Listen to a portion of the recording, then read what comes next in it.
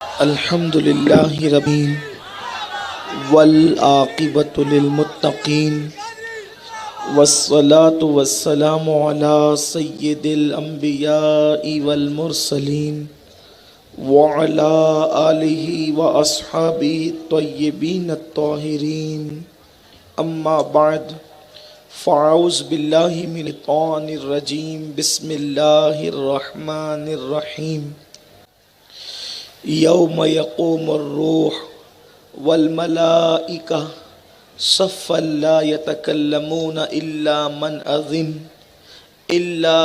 اذن له الرحمن وقال صوابا ذلك اليوم الحق فمن شاء اتخذ الى ربه مآبا انا انذرناکم عذابا قریبا یوم ینظر المرء ما قدمت یداہ ویقول الکافر یا لیتنی کنت ترابا صدق اللہ العظیم۔ غوث اعظم بمنے بے سر و ساما مدد قبلہ دین مدد کعبہ ایمان مدد انتظار کرم تست من عینی را اے خدا جو خدا بینو خدا دا مدد بگیردہ بے بلا افتاد کشتی ضعیفانو شکستہ رات پشتی بحق کے خواجہ عثمان ہارون مدد کن یا معین الدین چشتی مدد کن یا معین الدین چشتی مدد کن یا معین الدین چشتی۔ ممبر پر رونق افروز پیر طریقت سید تاج الدین قادری الجیلانی مدظ اللہ العالی، ذوی الاحترام ذوی الاحتشام باصفا حضرات علماء کرام، حاضرین سن اجتماع، السلام علیکم ورحمۃ اللہ وبرکاتہ۔ انتہائی عقیدت و محبت کے ساتھ اپنے اور ساری کائنات کے مرکز انیس بے کساں چارہ ساز درد منداں، ہم غریبوں کے غم گسار، ہم فقیروں کی ثروت، شہر یار ارم تاجدار حرم نوبہار شفاعت، شب اسرا کے دولہا نوشے بزم جنت، دانائے سبل مولائے کل ختم الرسل، خسرو خوباں سیاح لامکاں وجہ کن فکاں، در اللہ المکنون سر اللہ المخزون، عالم ما کانا وما یکون، آب و گل انبیاء جان و دل اصفیاء، مطلع ہر سعادت مقطع ہر سیادت، خلاصہ کائنات فخر موجودات، حضور احمد مجتبی محمد مصطفیٰ، ارواحنا فدا صلی اللہ تعالی علیہ وآلہ وصحبہ وبارک وسلم کی بارگاہ بے کس پناہ میں جس طریقے سے میں پڑھا ہوں بلند آواز سے میرے ساتھ پڑھیں۔ الصلاۃ والسلام علیک یا رسول اللہ، الصلاۃ والسلام علیک یا نبی اللہ، الصلاۃ والسلام علیک یا حبیب اللہ، وعلی آلک واصحابک یا نور اللہ، صلی اللہ تعالی علیہ وسلم۔ پل سے اتارو راہ گزر کو خبر نہ ہو، پل سے اتارو راہ گزر کو خبر نہ ہو، جبریل بچھائیں تو پر کو خبر نہ ہو، فریاد امتی جو کرے حال زار میں، فریاد امتی جو کرے حال زار میں، ممکن نہیں کہ خیر بشر کو خبر نہ ہو، کہتی تھی یہ براق سے اس کی سبک روی، کہتی تھی یہ براق سے اس کی سبک روی، یوں جائیے کہ گرد سفر کو خبر نہ ہو، اور کانٹا میرے جگر سے غم روزگار کا، کانٹا میرے جگر سے غم روزگار کا، یوں کھینچ لیجئے کہ جگر کو خبر نہ ہو، اے شوق دل یہ سجدہ گر ان کو روا نہیں، اے شوق دل یہ سجدہ گر ان کو روا نہیں، اچھا وہ سجدہ کیجے کہ سر کو خبر نہ ہو، اور ان کے سوا رضا کوئی حامی نہیں جہاں، ان کے سوا رضا کوئی حامی نہیں جہاں، گزرا کرے پسر پہ پدر کو خبر نہ ہو۔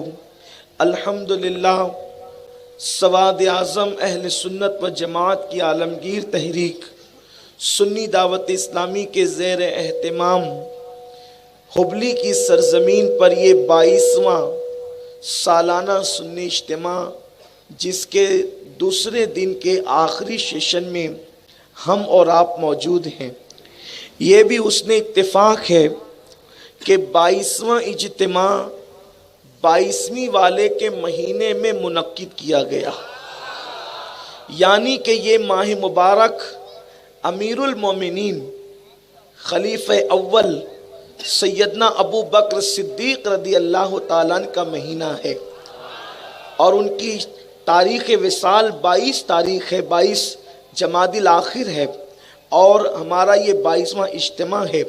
گویا کہ سیدنا صدیق اکبر کی برکتوں کو ہم اپنے دامن میں سمیٹتے ہوئے اس اجتماع کی کامیابی کو حاصل کرتے ہوئے نظر آ رہے ہیں۔ آج اس سنی اجتماع کے اندر میرے آقا صلی اللہ علیہ وسلم کے دیوانوں، منتظمین نے، ہمارے احباب نے جس عنوان کے حوالے سے مجھے پابند کیا ہے، اسی مناسبت سے میں نے سورۃ النبا کی آخری آیتوں کی تلاوت کرنے کا شرف حاصل کیا ہے۔ میرا اللہ اس کے متعلق مجھے حق کہنے اور آپ تمامی حضرات کو حق سن کر اس پر عمل کرنے اور اسے عام کرنے کی توفیق عطا فرمائے۔ میرے آقا صلی اللہ علیہ وآلہ وسلم کے دیوانوں، مسلمانوں کا، اہل ایمان کا یہ عقیدہ ہے اور یہ بات ضروریات دین سے ہے کہ اللہ تبارک و تعالی اس دنیا کو فنا کر دے گا، اس دنیا کو ختم کر دے گا، ایک دن قیامت آنے والی ہے، اور پھر آخری دن ہوگا، اس دن اللہ تبارک و تعالی اپنے بندوں کو قبر سے اٹھائے گا، اور پھر سارے اولین اور آخرین جمع ہوں گے ایک میدان کے اندر، اور جمع ہونے کے بعد اللہ رب العزت جس سے چاہے گا اس سے حساب لے گا، اس کو میدان حشر کہتے ہیں۔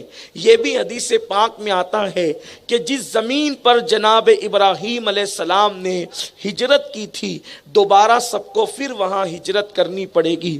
حدیث پاک سے اشارہ ملتا ہے، بعض محدثین نے یہ لکھا ہے کہ میدان محشر ملک شام کے اندر واقع ہوگا، اور بعض بزرگوں نے یہ فرمایا ہے کہ میدان محشر میدان عرفات کے اندر ہوگا۔ بہرحال اللہ تبارک و تعالی بہتر جانتا ہے۔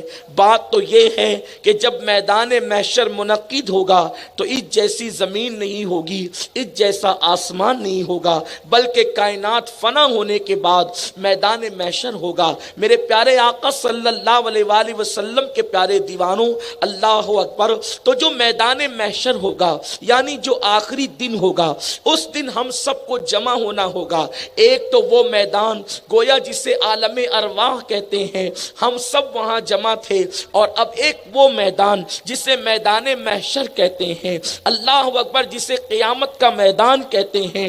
وہ میدان کتنا خوفناک ہوگا، میدان محشر کی ہولناکیاں کیا ہوگی، وہاں درد کرب کا عالم کیا ہوگا۔ دراصل بات یہ ہے کہ میدان محشر دو حصوں میں تقسیم کیا جا سکتا ہے۔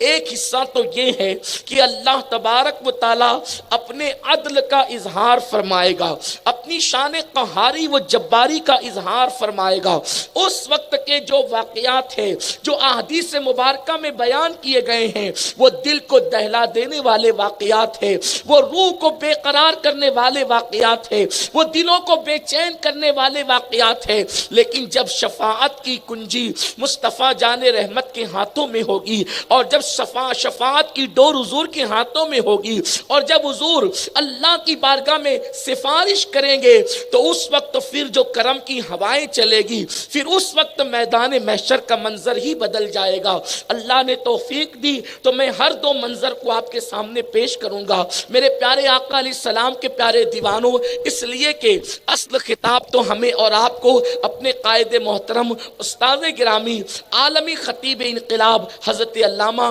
حافظ و قاری محمد شاکر علی نوری صاحب کی بلا سے سننا ہے، اور انہی سے ہم خطاب سنیں گے۔ لیکن جتنے وقت میں حضرت تشریف لاتے ہیں اتنی دیر میں کچھ باتیں اپنی دنیا کے فائدے کے لیے اور اپنی آخرت کے فائدے کے لیے، رب کی رضا کے لیے کر لیتے ہیں۔ میرے پیارے آقا صلی اللہ علیہ وسلم کے پیارے دیوانوں، تو میدان محشر میں دونوں مناظر دیکھنے میں آئیں گے، میدان محشر میں دونوں منظر دیکھنے میں آئیں گے میرے پیارے آقا علیہ السلام کے دیوانوں۔ ایک تو میدان محشر کی ہولناکیاں ہیں، ایک تو میدان محشر کی وحشت ہے، ایک تو میدان محشر کی خوفناکیاں ہیں، جس کو اللہ کے رسول غیب داں نبی صلی اللہ علیہ وآلہ وسلم نے بہت واضح طور پر بیان فرمایا ہے۔ میرے آقا صلی اللہ علیہ وسلم غیب داں نبی صلی اللہ علیہ وسلم بیان فرماتے ہیں کہ قیامت کی شروعات یعنی میدان محشر کا آغاز کس طریقے سے ہوگا۔ ایک اللہ کا فرشتہ ہے جو چار مقبول فرشتوں میں جس کا شمار ہوتا ہے، ان کو اسرافیل کہتے ہیں۔ یہ اسرافیل علیہ السلام وہ ہیں جن کے منہ کے اندر سور ہے، اور وہ اس وقت بھی وہ سور لے کر کے موجود ہے کہ جب اللہ کا حکم ہوگا تو وہ سور پھونکیں گے۔ میرے آقا صلی اللہ علیہ وسلم کے پیارے دیوانوں، یہ سور کیا ہے یہ صرف سمجھنے اور سمجھانے کے لیے بیان کیا گیا ہے۔ یہ گائے کی سینگ کی طرح ایک چیز ہے، تو حضرت اسرافیل علیہ السلام کے منہ میں ہے، اور وہ لے کر کے بیٹھے ہوئے ہیں۔ 3 مرتبہ سور پھونکا جائے گا۔ پہلی مرتبہ سور پھونکا جائے گا تو پوری کائنات فنا ہو جائے گی، جس کو قرآن بیان کرتا ہے کہ اللہ اکبر، آسمان پھٹ پڑیں گے، تارے آپس میں ٹکرا جائیں گے، ستاروں کی انجمن بکھر جائے گی، سورج کو لگ دیا جائے گا، سورج کا نور چھین لیا جائے گا، چاند کی روشنی چھین لی جائے گی، زمین اتھل پتل ہو جائے گی۔ اللہ اکبر، اللہ اکبر۔ حالت یہ ہوگی کہ دودھ پلانے والی مائیں قیامت کی بھیانک کی آوازوں کو سن کر کے اپنے بچوں کو بھول جائے گی۔ اللہ اکبر۔ جن اونٹنیوں کے پیٹ میں بچے اور حمل ہوں گے، وہ آواز بھیانک سن کر کے اللہ اکبر ان کے حمل ساقط ہو جائیں گے۔ آپ اندازہ تو کریں، اگر لوہے پر لوہے کو مارا جائے تو کتنی بھیانک آواز آتی ہے، اور اچانک میں انسان اگر اس آواز کو سنے تو انسان بچک جاتا ہے، انسان ڈر اور خوف میں مبتلا ہو جاتا ہے۔ جب لوہے پر لوہا ٹکرائے تو کیفیت یہ ہوتی ہے، جب تارے آپس میں ٹکرائیں گے اس وقت حالت کیا ہوگی؟ سورج لپیٹ دیا جائے گا، سورج کو باندھ دیا جائے گا، آسمان پھٹ جائے گا، اور آسمان جو پھٹے گا تو بوسیدگی کی وجہ سے نہیں پھٹے گا، پرانے پن کی وجہ سے نہیں پھٹے گا، بلکہ آسمان جو پھٹے گا وہ اللہ کے حکم سے پھٹے گا۔ اور اس کے بعد میرے آقا صلی اللہ علیہ وآلہ وسلم فرماتے ہیں کہ پھر جب دوسری مرتبہ سور پھونکا جائے گا تو دوسری مرتبہ سور پھونکنے پر جتنے لوگ مر چکے ہیں، جتنے لوگ قبروں کے اندر موجود ہیں، زمین جو ہے ان کو اگل دے گی، زمین ان کو پھینکے گی۔ آقا صلی اللہ علیہ وآلہ وسلم فرماتے ہیں جو اللہ کے نیک اور مقبول بندے ہیں ان کو زمین اس طریقے سے نکالے گی، جیسے مثال کے طور پہ اپنے الفاظ کے جامع میں عرض کروں، اللہ اکبر، جیسے ایک ماں اپنی گود کا بچہ باپ کی گود میں منتقل کرتی ہے، یا جیسے ایک باپ اپنے اس کے بچے کو ماں کی گود میں منتقل کرتا ہے، اس طریقے سے قبروں سے انسان نکلیں گے، مومنین، متقی انسان۔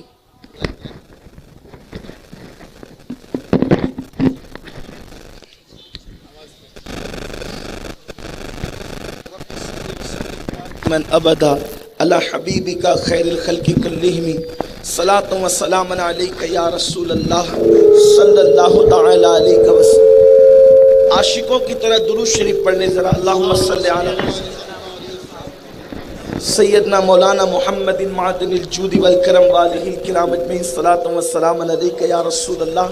اپنے یہاں کھڑے ہوئے بھائیوں سے کہتا ہوں تھوڑا بیٹھ جائیں تو آپ کو بھی راحت ملے گی اور انتظامیہ کو بھی اچھا لگے گا. آپ سب بیٹھ جائیں, بیٹھ جائیں, کھڑے ہو کر نہ سنیں, بیٹھ جائیں. درود شریف پڑھنے ایک بار اور بلند آواز.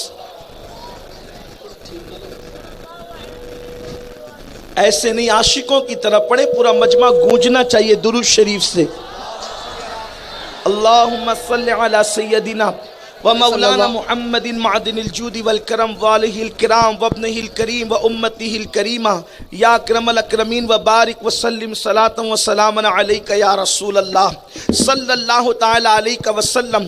تو جب دوسری مرتبہ سور پھونکا جائے گا تو لوگ قبر سے باہر آئیں گے, لیکن جو نیک اور اللہ کے مقبول بندے ہیں زمین ان کو اس طریقے سے نکالے گی قبر کے اندر سے جیسے ماں باپ کی گود میں بچے کو منتقل کرتی ہے, یا بچہ باپ کو جو ہے بچے کو ماں کی گود میں منتقل کرتا ہے. لیکن اللہ اکبر, جو فساق و فجار ہوں گے, جو گنہگار اور مجرم ہوں گے, جو پاپی اور اللہ کے نافرمان ہوں گے, زمین ان کو ایسے نکال کر کے پھینک دے گی کہ ان کی ہڈیاں اور پسلیاں چورا چورا ہو جائے گی. میرے پیارے آقا علیہ السلام کے پیارے دیوانوں, حال تو یہی ہے کہ جب انسان کی روح نکلی تو روح نکلتے وقت اتنی تکلیف ہوئی, اتنی مشقت ہوئی, اس قدر بے قراری ہوئی کہ ابھی وہ قبر کے اندر ہی اس موت کی تکلیف کو بھولا نہیں تھا کہ قیامت کے دن اللہ اکبر اس کو اس طریقے سے پھینکا جائے گا. اس سے پتا چلا نافرمانوں کا کہیں گزارا نہیں ہے,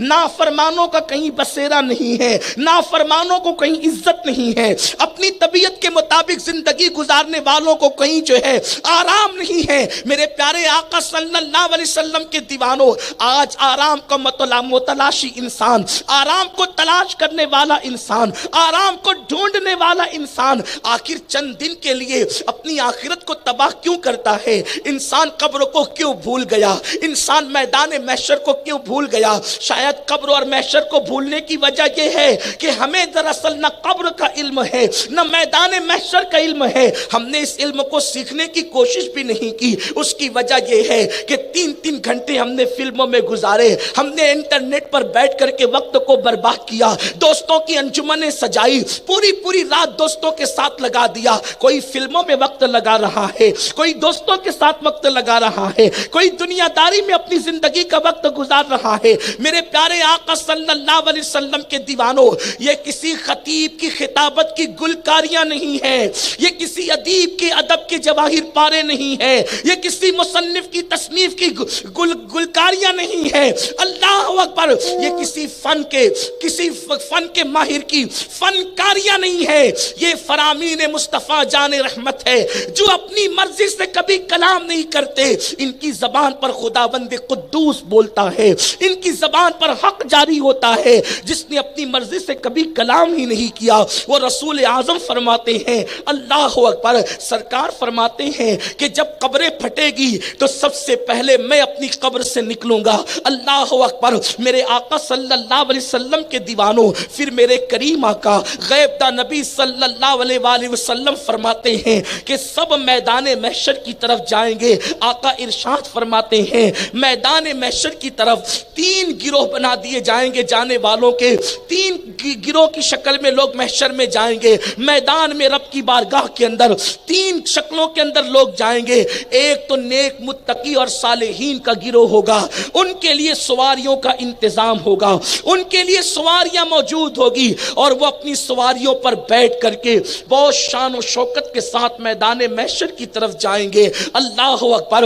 حدیث پاک میں یہ بھی آیا ہے کہ جن لوگوں نے دنیا میں اللہ کی رضا کے لیے قربانیاں کی ہوگی تو اللہ تبارک و تعالی ان کی قربانیوں کو ان کے لیے سواری کی شکل عطا فرما دے گا اور وہ اپنی قربانیوں پر سوار ہو کر کے چلیں گے. بلکہ میرے آقا فرماتے ہیں ایک اونٹ پر 2 دو دو تین تین حتیٰ کہ 10 لوگ بیٹھ کر کے جائیں گے میرے پیارے آقا صلی اللہ علیہ وسلم کے دیوانوں. پھر اس کے بعد دوسرا گروہ وہ ہوگا جو مسلمان تو ہوں گے لیکن نیک اور پرہیزگار نہیں ہوں گے, جو متقی نہیں ہوں گے. وہ اس طریقے سے دوڑتے بھاگتے اور گرتے پڑتے جائیں گے کہ ان کے اوپر ایک خوف اور ہراس طاری ہوگا, ان کے دلوں پر ایک خشیت طاری ہوگی. اللہ اکبر. میرے آقا صلی اللہ علیہ وسلم کے دیوانوں, کاش ہم نیک بنتے. اگر دنیا کی دوسری قومیں گناہ کرے, اگر دنیا کی دوسری قومیں پاپ کرے تو مجھے اتنا افسوس نہیں ہوتا. ہم میدان محشر میں دوڑتے بھاگتے کیسے جائیں گے؟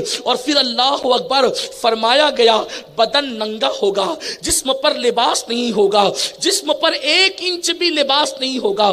کیفیت یہ ہوگی دوڑتے بھاگتے میدان محشر کی طرف جا رہے ہوں گے. جن کے لیے سواریاں ہوگی ان کو تو لباس بھی عطا کیے جائیں گے. اللہ کے جو برگزیدہ بندے ہوں گے ان کو کپڑے بھی دیے جائیں گے اور وہ بڑی شان سے جائیں گے. بلکہ یوں سمجھیں جیسے دولہا دلہن کے گھر عزت سے لے جایا جاتا ہے, ایسے فرشتوں کے جلوہ کے اندر ان کو لے جایا جا رہا ہوگا. میرے آقا علیہ السلام کے دیوانوں, رسول پاک نے محشر سے پہلے ان فرامین کو اس لیے بیان کر دیا تاکہ ہماری راتیں گناہوں کے اڈوں پر گزارنے کی بجائے ہم اپنی راتوں کو اللہ کی خشیت میں رو کر کے گزارے, رب کی بارگاہ میں آہو زاری کر کے گزارے, آہو بکا کر کے گزارے. کانوں کے اندر ایئر فون لگا کر کے گانے سن کر راتیں گزارنے کی بجائے ہم تلاوت قرآن سن کر کے راتیں گزارے. ہیرو ہیروائن کے مناظر دیکھنے کی بجائے بستر پہ لیٹ کر کے مصطفیٰ جان رحمت پہ درود و سلام پڑھتے ہوئے ہم اپنی آنکھوں کو بند کریں تو میدان محشر کی ذلت سے بچیں گے, میدان محشر کی رسوائی سے بچیں گے. سوچو سوچو, جس بنگے بدن بھگاتے دوڑاتے تمہیں لے جایا جا رہا ہوگا اس وقت اپنا کیا بنے گا, اس وقت اب کیا ہوگا؟ ام المومنین نے سنا تو کہنے لگی یا رسول اللہ, جب ننگے بدن وہ لوگوں کو دوڑایا جا رہا ہوگا, بھگایا جا رہا ہوگا, تو اس وقت کیا بے حیائی نہیں ہوگی؟ ایک دوسرے کو ننگا دیکھ کر کے لوگوں کو شرم نہیں آئے گی؟ میرے آقا فرماتے ہیں عائشہ ان پر اتنا خوف طاری ہوگا کہ انسان اپنے آپ کو دیکھنے کے لیے جو ہے وہ ہمت نہیں کرے گا, انسان کو اپنے آپ کو دیکھنے کی فرصت نہیں ہوگی. اس وقت کون کس کو دیکھے گا؟ سب کو اپنی پڑی ہوگی, سب اپنے اپنے میں مبتلا ہوں گے. اور تیسرا گروہ, سب سے بدترین گروہ, کافروں کا, مشرکوں کا, فساق و فجار کا گروہ. فرشتے ان کو منہ کے بل گھسیٹتے ہوئے میدان محشر کی طرف لا رہے ہوں گے. کیسے میدان محشر کی طرف؟ ممکن ہے یہاں ان کا ذکر سن کر کے کوئی سوچے یار وہ تو کافر ہیں, ان کو منہ کے بل گھسیٹا جا رہا ہوگا, ہم تو مسلمان ہیں. لیکن صرف یہاں ایک مسئلہ بتا کر کے آگے بڑھنا چاہتا ہوں. ہم مسلمان ہیں نا, آئیے آپ کو صرف اتنا بتا دوں. شارح بخاری مفتی شریف الحق جدی رحمت اللہ علیہ ارشاد فرماتے, فتویٰ لکھتے ہیں کہ جن گانوں میں کلمات کفریہ موجود ہے, جن گانوں کے اندر کفریہ کلمات موجود ہے, ان گانوں کو خوش رہ کر سننے والا یا خوش رہ کر ان گانوں کو گانے والا وہ کافر ہو جاتا ہے, اسلام سے نکل جاتا ہے, اس کی بیوی اس کے نکاح سے باہر ہو جاتی ہے. اللہ اکبر. میرے آقا علیہ السلام کے دیوانوں, صرف کلمہ پڑھ کے ہم چھو سکتے, اس لیے کہ اگر زبان سے کلمات کفریہ گایا ہے, ذرا سوچو تو میرے بھائیوں, میری قوم کے جوانوں, ہم نے تو سیریلوں کے نام پر بتوں کی پوجا ہو دیکھا, ہم نے تو سیریلوں کے نام پر اللہ کو گالی دیتے ہوئے سنا. مجھے حیرت ہے, اگر کوئی اخباری نمائندہ اللہ کی توہین کر دے تو تم احتجاج کے لیے رستوں پہ نکل آتے ہو. فلموں کے اندر تو دن اللہ کی توہین اور بے ادبی ہوتی ہے, اس کا احتجاج کون کرے گا؟ میرے پیارے آقا علیہ السلام کے پیارے دیوانوں اتنے بے غیرت ہو گئے, اگر کوئی ماں کی توہین کرے تو آستینیں چڑھتی ہے. اللہ کی توہین بار بار فلموں میں ہو رہی ہے, کلمات کفریہ گائے جا رہے ہیں, کلمات کفریہ سنائے جا رہے ہیں. اپنی ایمان کی پرواہ کرو, ورنہ قیامت کے دن ناکامی ناکامی سوائے ناکامی کے کچھ اور نہیں ہوگا. منہ کے بل گھسیٹا جا رہا ہوگا, فرشتے گھسیٹ کر کے منہ کے بل ان کو میدان محشر میں لے کر کے جا رہے ہوں گے. ذرا سوچو تو صحیح. اس لیے ہمارے اسلاف ایمان پر خاتمے کی بڑی فکر کرتے تھے، وہ دعائیں کرتے تھے، اللہ ہمارا خاتمہ ایمان پہ فرما، ہمارا خاتمہ ایمان پہ فرما۔ آج ایمان پر خاتمے کی کیا فکر ہے، ایمان پر خاتمے کے حوالے سے کیا تصور ہے؟ سرکار غوث الاعظم دستگیر فرماتے ہیں جو ایمان پر خاتمے کی فکر نہیں کرتا، مجھے ڈر ہے جب مرے گا تو کافر ہو کے مرے گا۔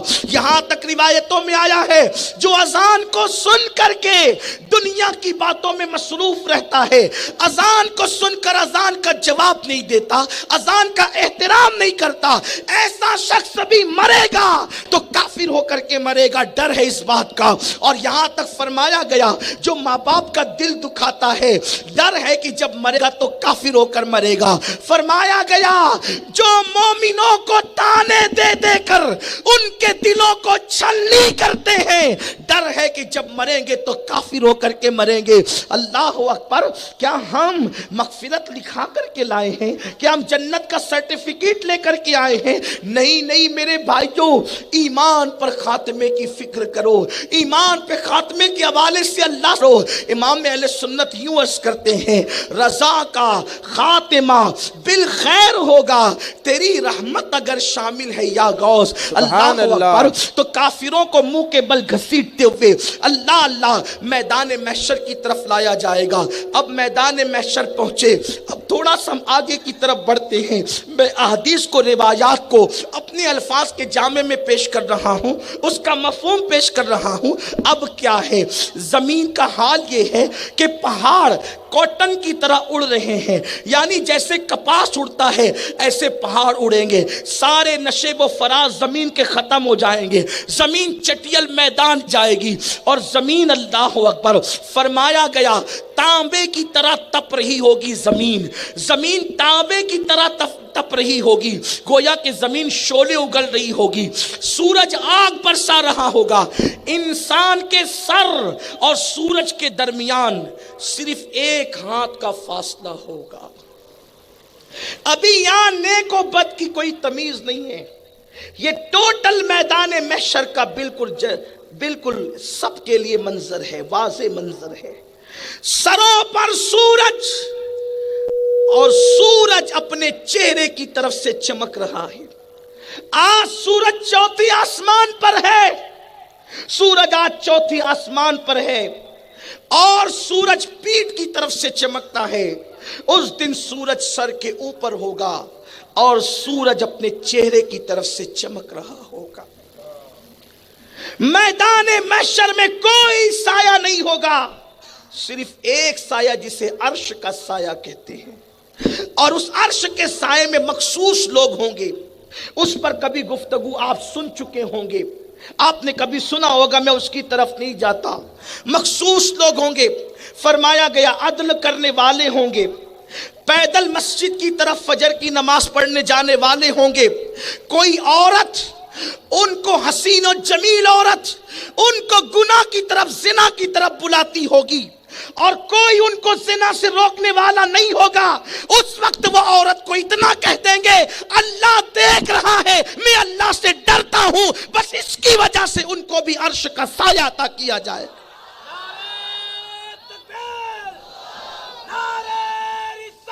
یا رسول اللہ، یا رسول اللہ،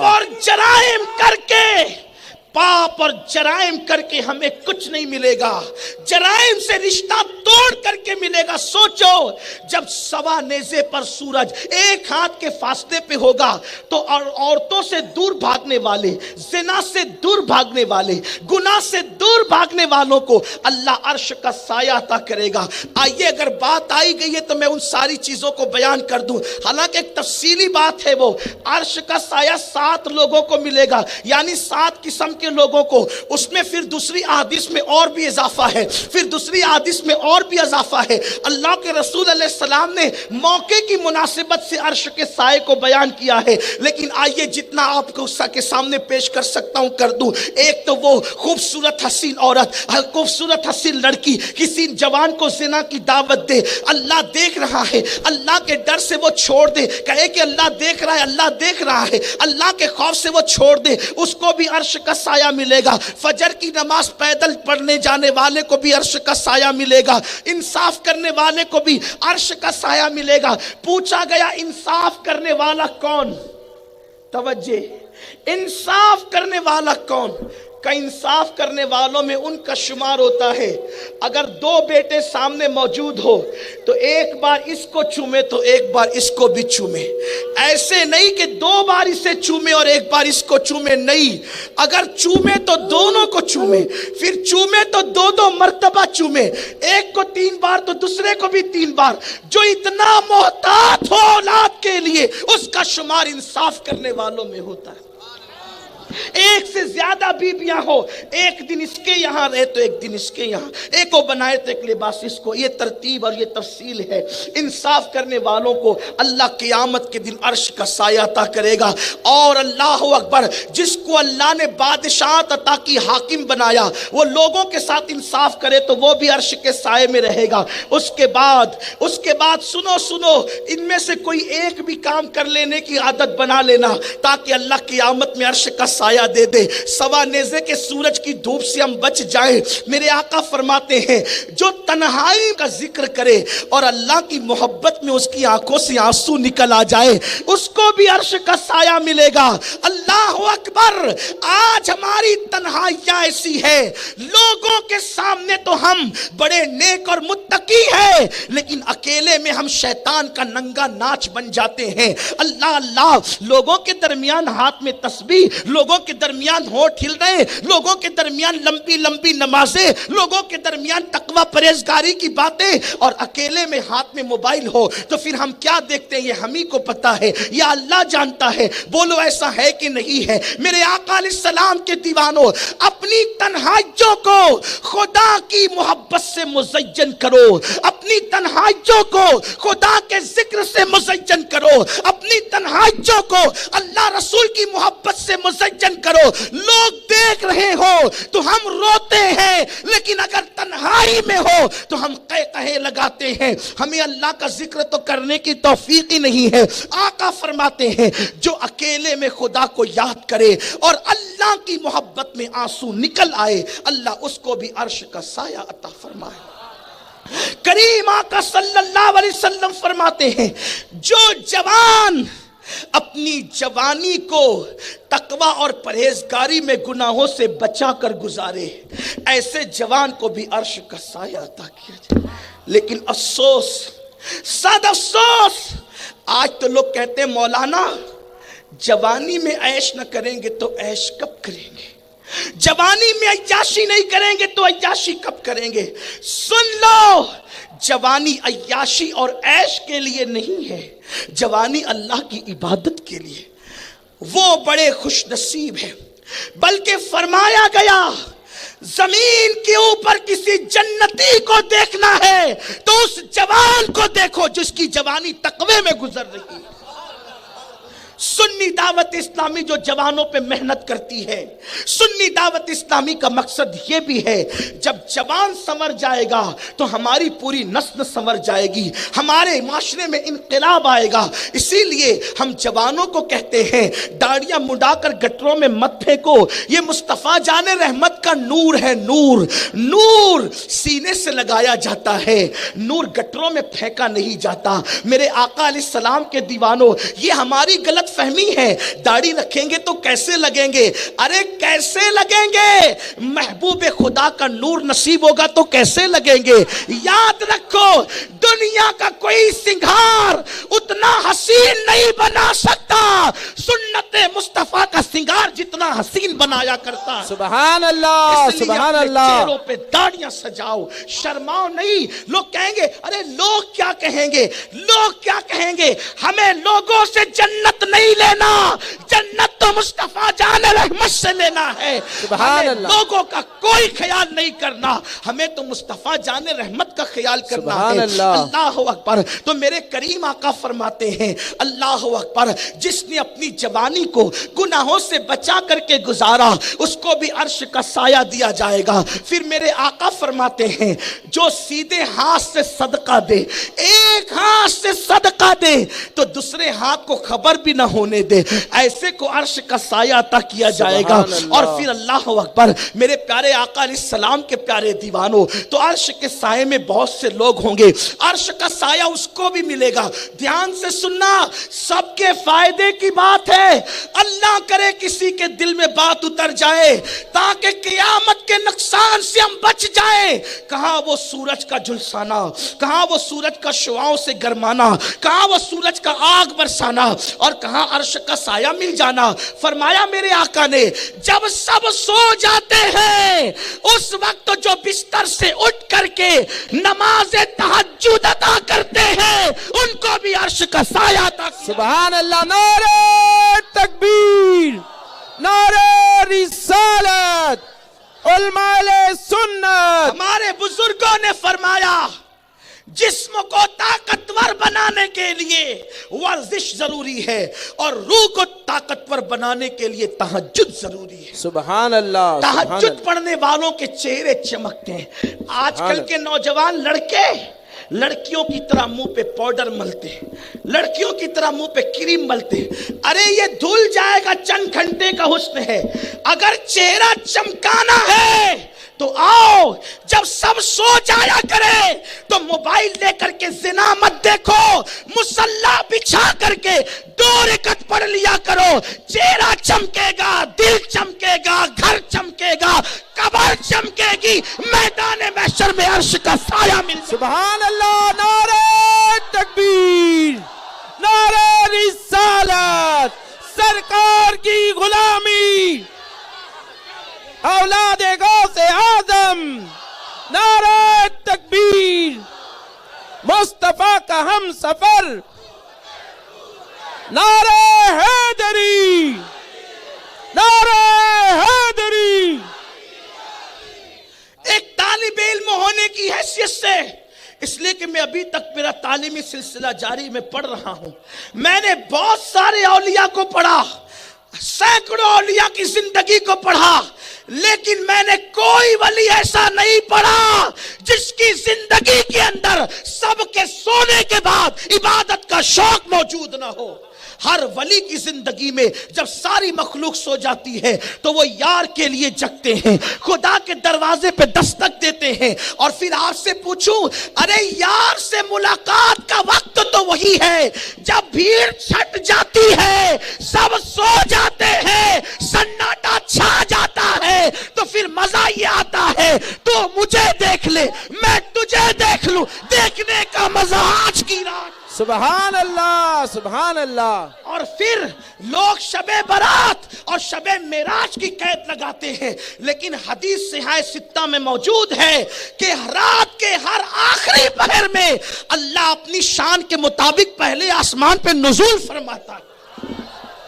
اگر تم ملاقات چاہتے ہو تو وہ بھی نزول فرماتا ہے, جو آنے جانے سے پاک ہے وہ بھی نزول فرماتا ہے, نزول اجلال فرماتا ہے, اور وہ باتیں کرتا ہے, بندے سب سو چکے, سب بادشاہوں کے دروازے بند ہو گئے, تیرے بادشاہ کا دروازہ کبھی بند نہیں ہو سکتا, مانگ کیا مانگتا ہے, جو مانگے گا میں تجھے عطا کر دوں گا. اسی لیے رات کے آخری پہر میں مانگنے والے کسی انسان سے مانگتے نظر نہیں آتے. رات کی آخری پہر میں مانگنے والے کسی انسان سے مانگتے نظر نہیں. دیکھیں نا ولیوں کو, ولی آپ کو کبھی مانگتے نظر نہیں آئیں گے اپنی ذات کے لیے. کیوں؟ کیونکہ وہ اللہ سے مانگتے ہیں, وہ رب کعبہ سے مانگتے ہیں, وہ رب العزت سے مانگتے ہیں, وہ قادر و قیوم سے مانگتے ہیں, وہ بادشاہوں کے بادشاہ سے مانگتے ہیں, وہ آقاؤں کے آقا سے مانگتے ہیں, وہ اس سے مانگتے ہیں کہ دینے والے جس کی بارگاہ میں سوالی بن کے کھڑے نظر آتے ہیں. تو فرمایا میرے آقا علیہ السلام نے کہ جب سب سو جائیں اور رات کے وقت اٹھ کر کوئی عبادت کرے اس کو بھی عرش کا سایہ ملے.